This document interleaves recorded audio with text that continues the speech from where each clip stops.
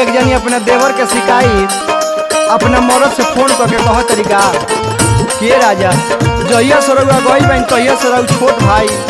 हमरा के चैन से रहे नहीं खेते जब देखो तब छाती पर चढ़ रहत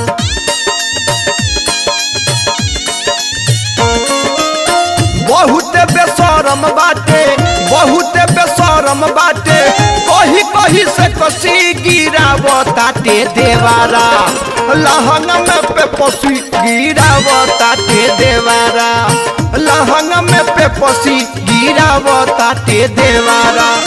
बहुत बेशरम बाटे बहुत बेशरम बाटे कही कही से कसी गिरावताटे देवारा लहंगा में पे पसी गिरावताटे देवारा लहंगा में पे पसी गिरावताटे देवारा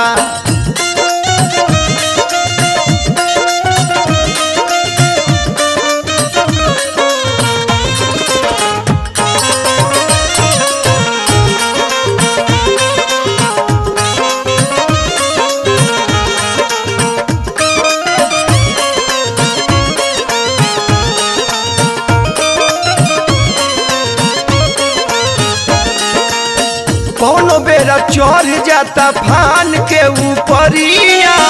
कहेला कि खोल के रखया अपन दुवरिया बहुत गंजन करता ये दादा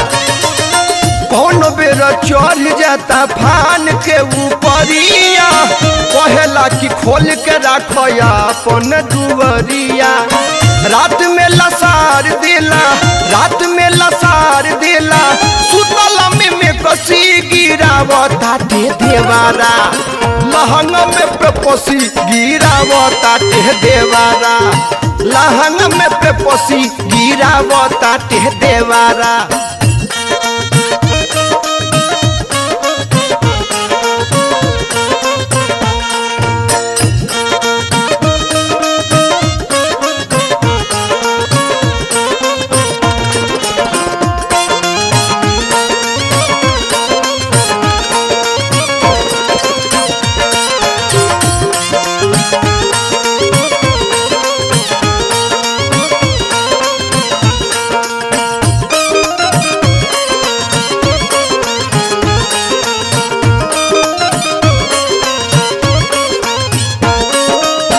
बुझात नहीं खेला गोतावे पाला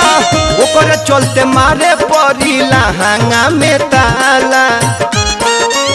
एक दवाई करही के ओकर बुझात नहीं खेला गोतावे पाला ओकर चलते मारे पड़ी लहंगा में ताला धक झक झोर दिला धक झक झोर दिला बुझता टिटे कसी गिरावताटे देवारा लहंगा में पे पसी गिरावताटे देवारा लहंगा में पे पसी गिरावताटे देवारा